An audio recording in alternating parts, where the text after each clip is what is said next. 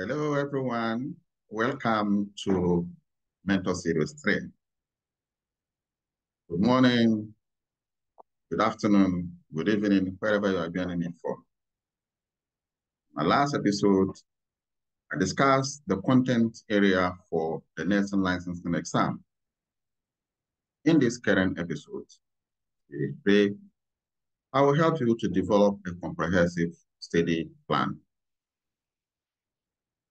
CSP.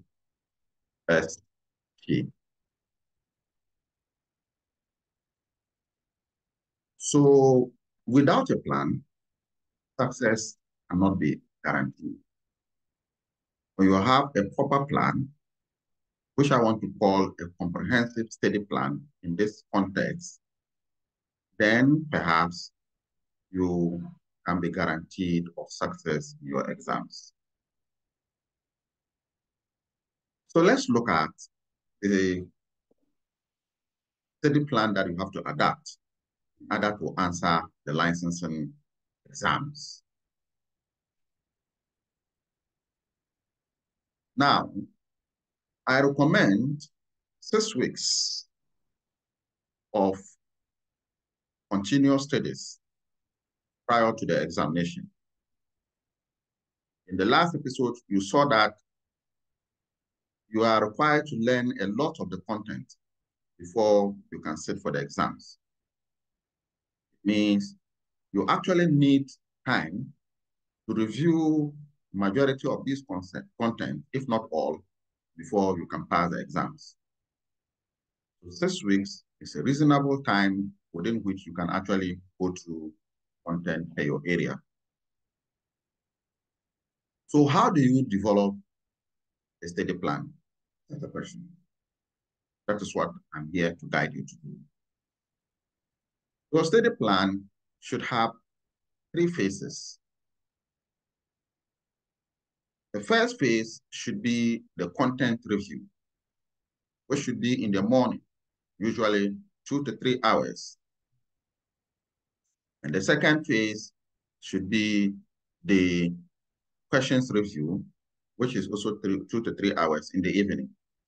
In between, if you are fortunate to have preparation classes or a review class or lectures or a group that you can do a discussion, that will be the third session. First session is a content review. The second session is your evening review, which has to do with the questions review, and then your group discussion or your lectures. So how do you review the content? One way to review the content is first to identify your weaknesses by reviewing the grades in your transcript. When you were in the nursing school, you learn a lot of courses. Now, these courses, some of them you did extremely well and have very good grade before you did understood the concept. Others, you just managed to pass the courses. You don't even remember their names. So this is a time, if those concepts are part of the content areas we spoke about in the last series, you need to give it more attention. So if medicine was one of the content areas you have difficulty actually understanding, which I'm going to use as a case study to show you how to develop your study plan, you will have to give more time to medicine. But remember that the study plan should be designed for all the courses. Medicine, you should have time or days that you will study medicine. You should have days that you will study surgery. You should have days that you will study pharmacology in that order. Such that every particular time of the day, you have specific time that you are going to use to do some aspect of the review.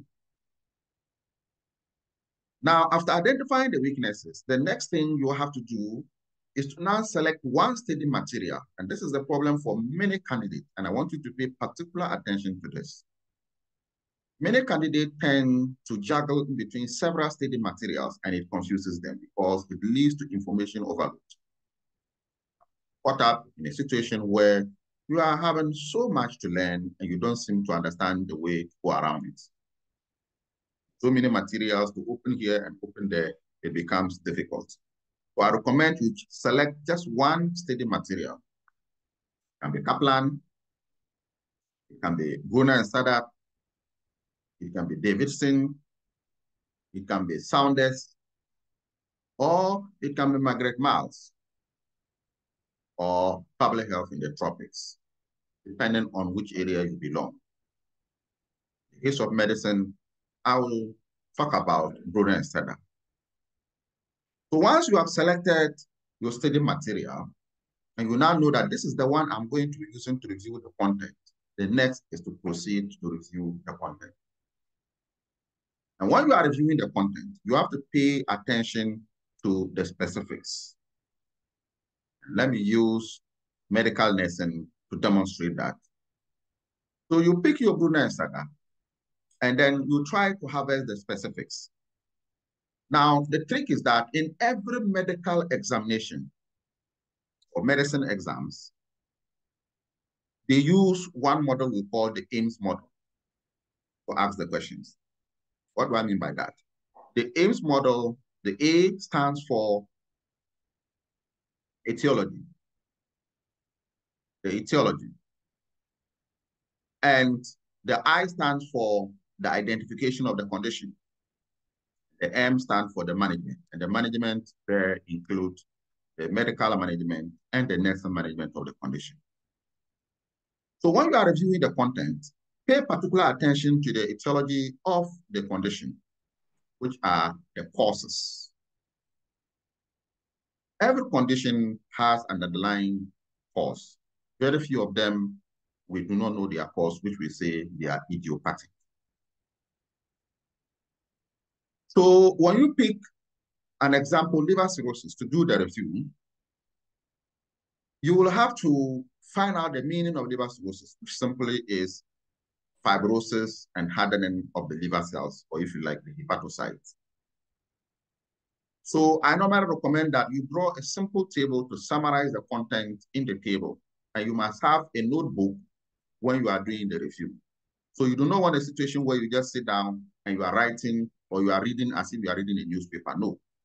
Get a notepad or a notebook with a pen whilst you are studying, then you jot down the most salient things or specific things. And I'm showing the specifics using the Ames model.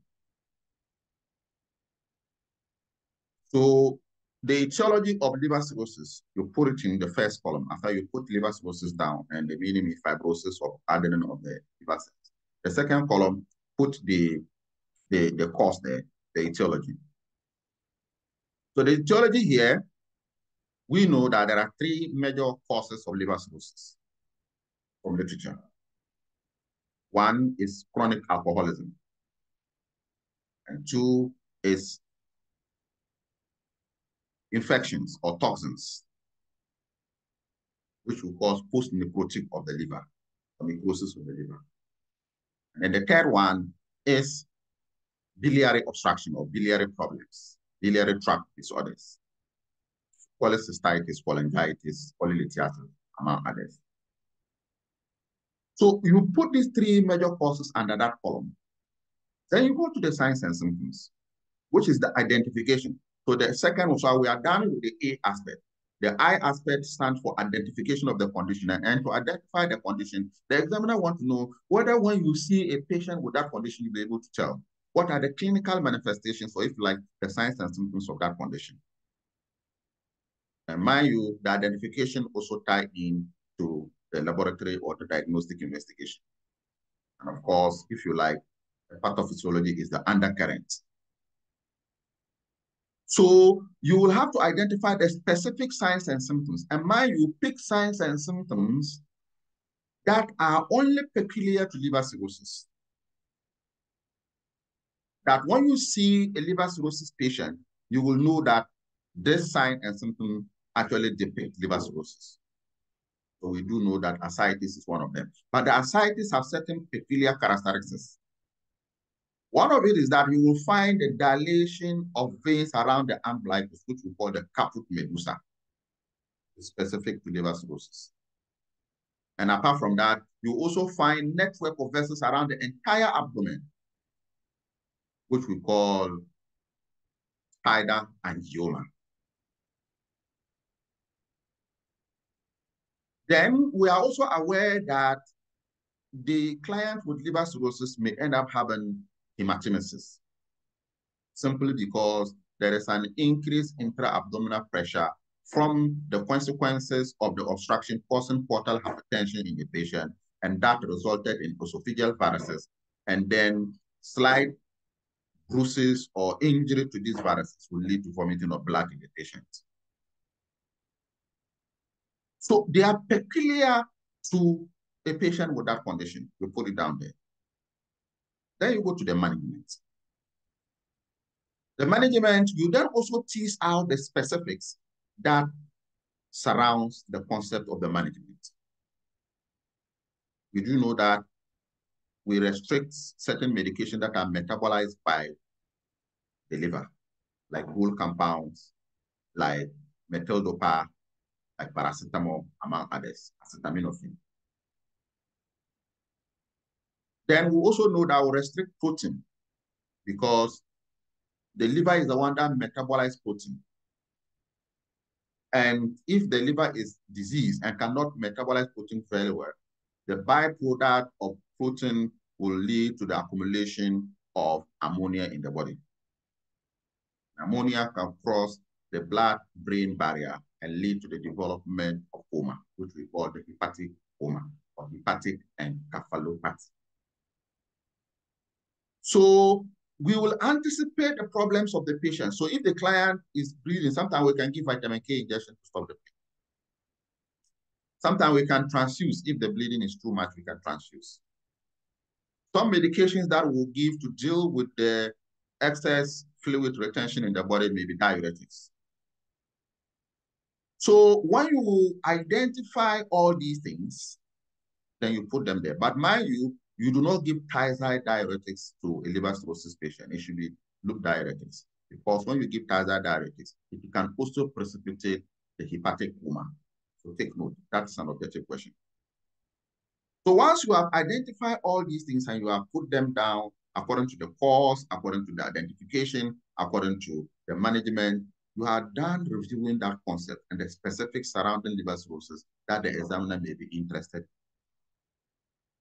You tie the management part to the nursing, which may include paracentesis abdominis, among other nursing specifics.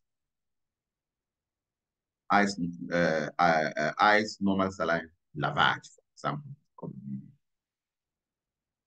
Then you do that for all the other conditions within that system. If it is endocrine system you want to review, you take diabetes mellitus, for example. So you look for the cause of diabetes mellitus. We know that it's either insulin, lack of insulin, or insulin resistance. And we have type 1 and type 2, even though some books, they say there are 4 types. So lack of insulin, type 1, insulin resistance, type 2. But of course, the type 1 can also be seen as type 4 if there is a disease condition leading to the diabetes type 4. But if there is some autoimmune distractions of the islets of Langerhans of the pancreas, or some genetics factors leading to the lack of insulin production, then that can be seen as the type 1 diabetes mellitus. But the type 2 is some form of resistance, which can be linked to obesity or overweight. And sometimes we also say pregnancy can also lead to that. But we believe that pregnancy in itself is diabetogenic, meaning that the hormones of pregnancy can work to antagonize the action of insulin. And that can build insulin resistance in the pregnant woman, and that can lead to what we call gestational diabetes mellitus. So identify the condition, identify the main signs and symptoms, identify the management, and you proceed in that manner. So once you apply the AIMS model, you'll be able to harvest the specifics in any condition that you are in, whether it's a medical condition or a surgical condition. When you are done, that's it. And you have this information in your notepad. It is the specifics that you try to understand and build that concept, you are ready for the exams. Again, and so you do this for all the courses that you are going to. So let's say you also want to review that of communicable infections, for example. You just pick your reference material, which you have identified as Bruno and Sarah. Look for the infectious conditions. So let's say you are going to review about 10 or so of the common infectious conditions. So you start with, let's say, measles. Write down what measles, write down, draw the table. The first column is measles. The next column is a causative agent. We know it is measles virus or the mobile virus. Next column, you put in the causative agent. So if it's a communicable infection, I'm giving you the format for that one. It's slightly different from the non-communicable infection or diseases. So after the name of the disease, the next one is the causative agent, which is, in this case, the measles is the mobile virus or the measles virus. Then the next one is the incubation period. It's 7 to 21 days, averagely 14 days. Sometimes some of the questions, they don't ask the range, they ask for the average, and the average, most viral infections, the average incubation period is 14 days. And that's the rule you can apply to get the incubation period in most jurisdictions. Once you know the incubation period, the next one is to know the mode of transmission, which in this case is droplets, meaning that an infected person, when he sneezes or yawn or cough, can release the aerosols containing the organism, and when you come into contact with it, you can infect it.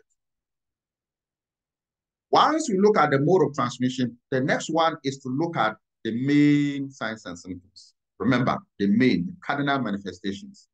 In the case of measles, there are 3 main cardinal manifestations: coryza, Koplik spot, and rash.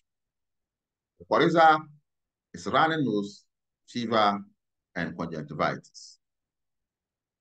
Then the Koplik spot is some swelling in the mouth, buccal mucosa.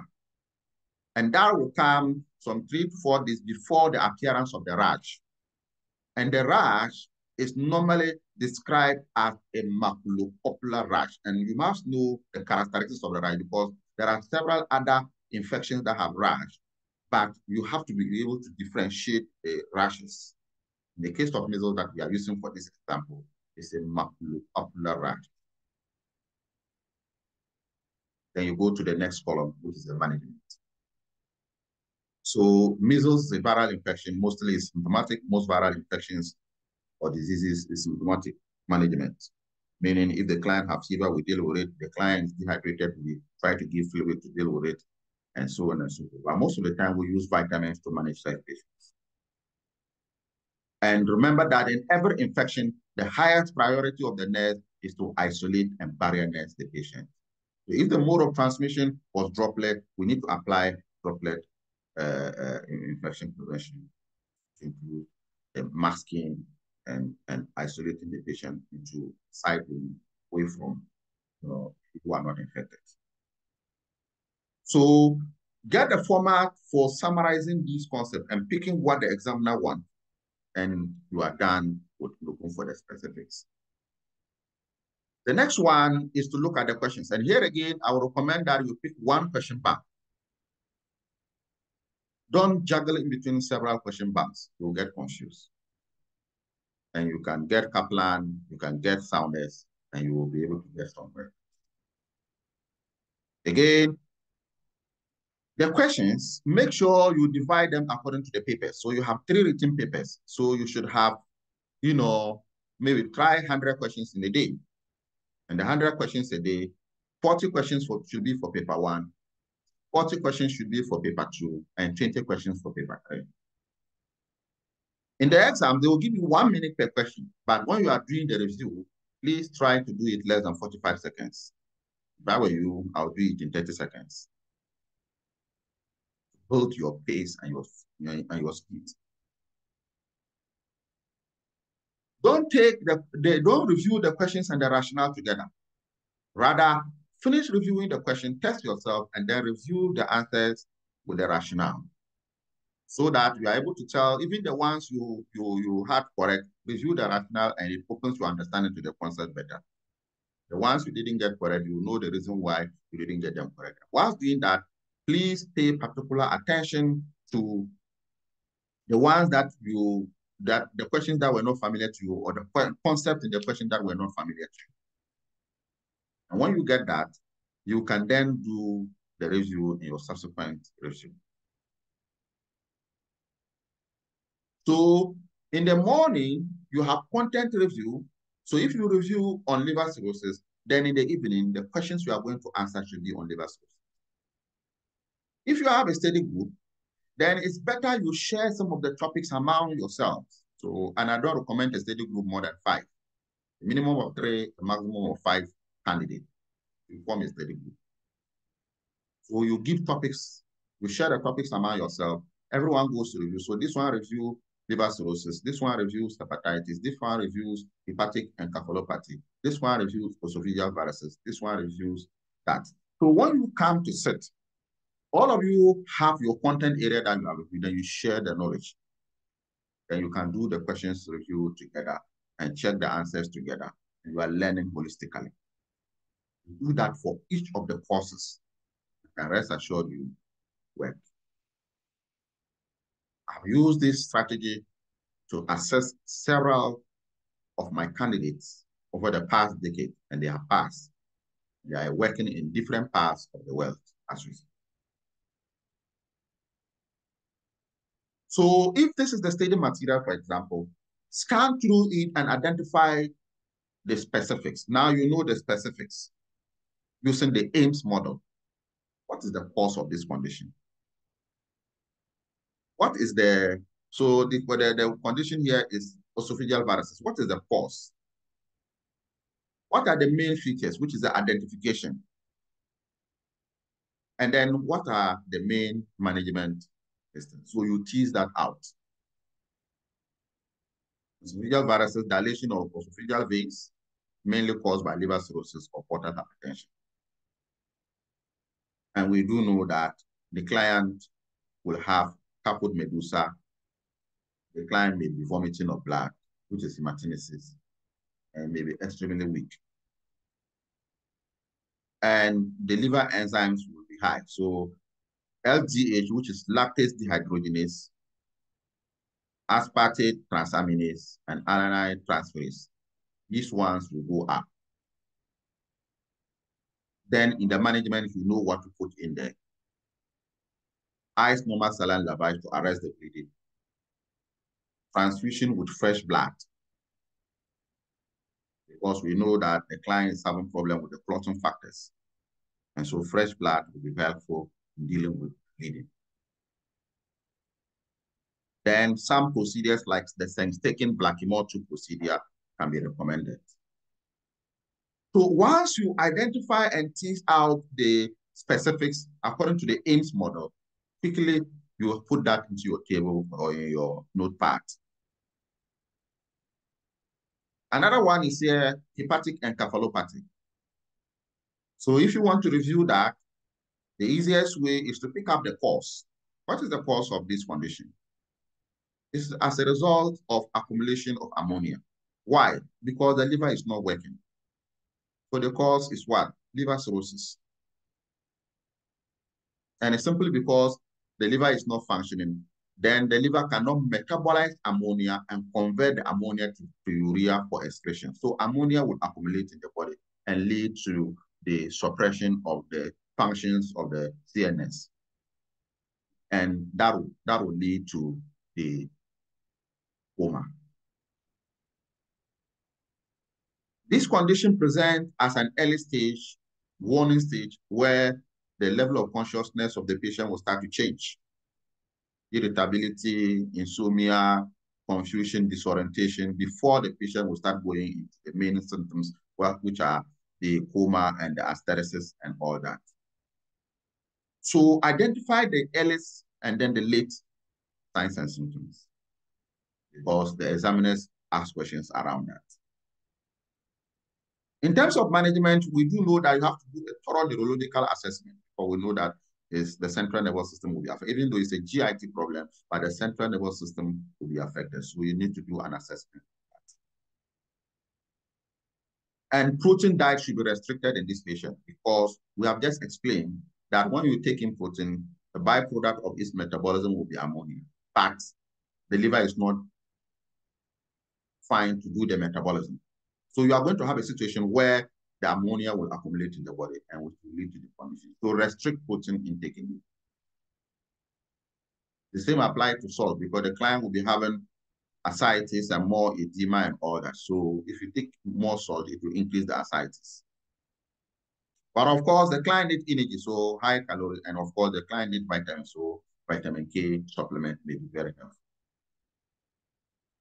So safety is also very important, and any medication that will be metabolized by the liver should not be given to this patient.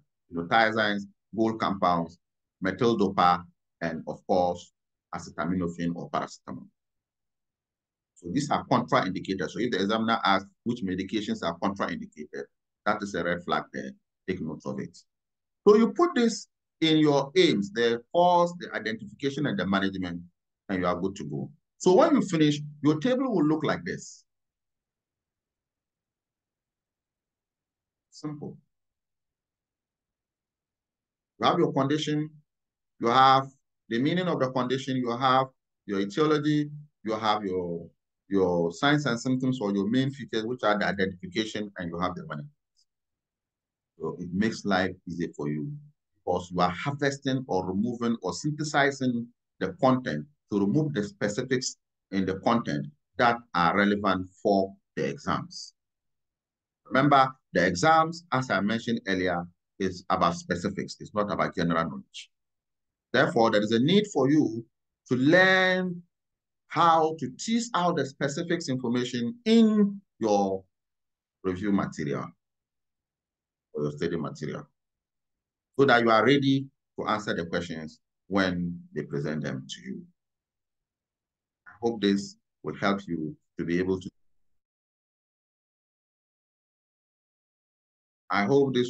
help you to be able to develop your study plan. And so once you pick the specifics and you summarize it in your notebook, I recommend you get a notebook for all the courses that you are going to sit for the exam so that as you are studying, you can be summarizing the specifics in the notebook. And that can make it easier for you. If you can get a full scrap paper and you summarize the information on it and even paste it in your room to remind you, especially with the major systems and the infections, it will help to you. Because the more the brain or the eye see, the more the brain can record the information. So try and practice and practice, and to make life. All along, I've been trying to set your mind about how to study and show you how to pick specific information. But that requires a clear mindset that indeed you have prioritized these exams and you want to pass. You cannot be doing so many things at the same time and you want to pass the exams. You need to dedicate time for the exams. When you dedicate time, by the grace of God, you pass the exams. The exam requires critical thinking. And I believe that critical thinking will help you to identify the answers. And of course, common sense. But I always tell my students that common sense is not common for common. You are having common sense because you have been able to identify the certain knowledge and also develop certain understanding and develop wisdom. That's why you're having common sense about it. So in order for you to actually have the common sense to answer the questions, please make efforts to study the content. When you know the content and understand the content, you will develop wisdom, and the wisdom will give birth to the common sense. So that when you read the question and then you see the answer, you can tell that, but if you do this one, it will harm the patient. If you do this one, it will not be correct. No, this answer is not correct. You are seeing it with common sense, it's not correct because you have learned and you know and you understand and you develop wisdom. That's why you have the automatic common sense to see that it's not right and do it for the patient. But if you have not reviewed the content and you want to review the questions by memorizing the questions, you cannot answer the questions when you get to the exam. So it's important that you review content first before the questions to build your understanding, remind yourself of the concept before you go looking for the questions. Many students just go around looking for questions and they want to memorize the questions and then they go for the exams and they keep going and going and going. That is not the way to. I hope this will be of help to you. I use these tricks and these strategies to help my students to pass their licensing exams. They are working in different parts of the world. You will be the next person to pass the licensing exams and all your examinations. Remember that before you can understand a concept, you must try to know it first and remember it. And to apply a concept, you must first understand it. To evaluate a process, you must analyze it. And to create an accurate conclusion about a concept, you have to have a complete, thorough evaluation of that concept. So you cannot just go and look at a question, read it. You have not taken your time to analyze the question and you are picking an answer. You need to do a thorough evaluation of it before you can arrive at the answer. And to do that, you must understand, you must be able to remember some of the concepts, you must be able to analyze it, evaluate it before you can answer the question. That is why developing a systematic, comprehensive study plan is important for you to be able to pass the exam. Without a study plan, success cannot be guaranteed. I want to encourage you, I want to motivate you that you can pass these exams if only you have dedicated yourself to sit for it. The same energy you have used throughout your studies to get to this level of your career means that you can pass the licensing exam. I do believe and hope that you stick to the rules and stick to the strategies, apply them, and pay attention to the details when you are studying, and you can pick up the information that is required to sit and pass the exams one touch. Usual, I want to leave you with a quote that knowing is not enough. You must apply what you are learning. And even if you are willing to even apply, it's not enough. You must just do it. Thank you. In my next episode, I'll be discussing the strategies to answering the NMC exam style or NCLEX style questions. So there are some key strategies that you can apply to be able to answer the question. I'll be discussing those strategies in my next series with Paul. Join me. Please subscribe to my YouTube channel and share the good news to your peers that there is a nurse scientist who seeks to provide mentorship to nurses young areas. See you.